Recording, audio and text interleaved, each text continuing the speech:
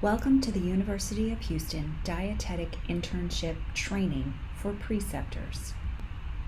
We want to take a moment to thank you for your dedication to the profession in working with the University of Houston dietetic interns and in training our future colleagues. This brief training will review the University of Houston dietetic internship mission and the expectations of a University of Houston dietetic internship preceptor. The mission of the University of Houston dietetic internship is to provide an intensive, high-quality, supervised practice experience that will prepare a wide range of graduates for entry-level practice as registered dietitian nutritionists. At the end of this training, participants will be able to state what is expected of them in their role as preceptor. Let's set the stage for a successful supervised practice experience. This will start with an orientation to the rotation during the supervised practice with you, ways to identify barriers or potential barriers in the intern, how to use effective feedback to provide progression, and opportunities for growth for the intern. We'll go on to talk about each of these points individually, but before we do, we want you to remember that each intern coming through your site is a unique individual. They will bring their own knowledge and experiences to their supervised practice experience with you. This may be different from how you were as an intern or how previous interns you've worked with have performed. We know each intern is excited to work with you and looking to get the most out of their experience. The orientation is a great time to establish expectations with your intern from the beginning. This can include logistical expectations like how they should dress and when they should arrive each day, but can also include relational expectations like what you expect them to do in interacting with patients or clients. The orientation is a great time to set aside to review curriculum requirements with each intern. These requirements will include the Ascend competencies as well as University of Houston specific competencies. And finally, developing a calendar or schedule when activities or major projects are due to you as the preceptor and when you will be able to provide feedback to the intern. Of course, there should be informal feedback throughout the supervised practice experience.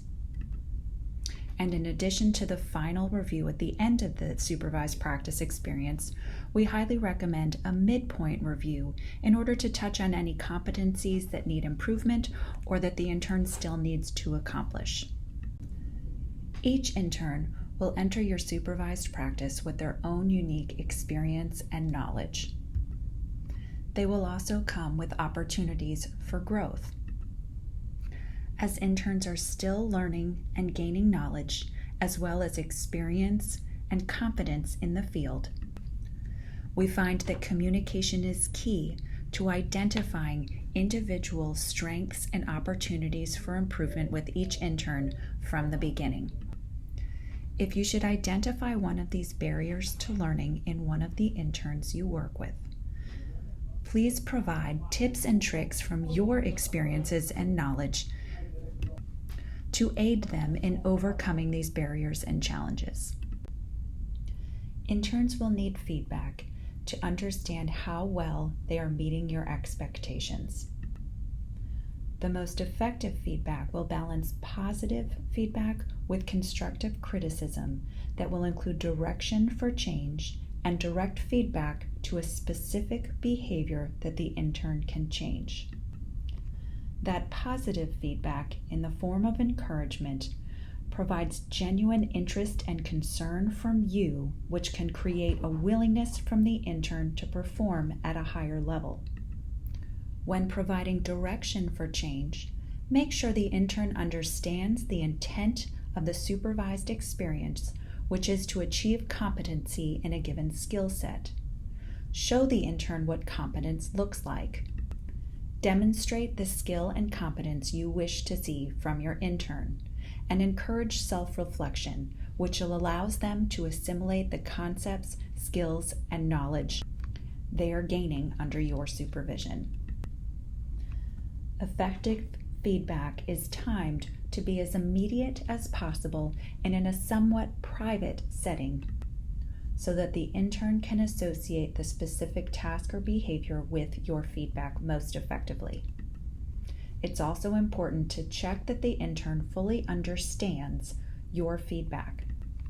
This helps to ensure clear communication on both sides. Timely and frequent feedback is important as it allows the intern to track their progress and know where they stand with you and in their learning process. It also allows you as the preceptor to see the intern's strengths and areas where they need more guidance. And finally, it helps both you as the preceptor and the dietetic intern stay organized throughout the program in how well they're meeting their required competencies. During orientation, it's wise to establish how often and how much feedback you will be providing to the intern.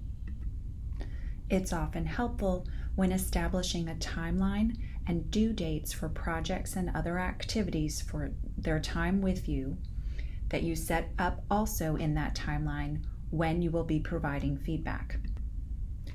If the intern will be providing a deliverable to you in the form of a major project, please set guidelines early so they know how many opportunities they may have to make revisions, as well as how much time they will have to make those revisions.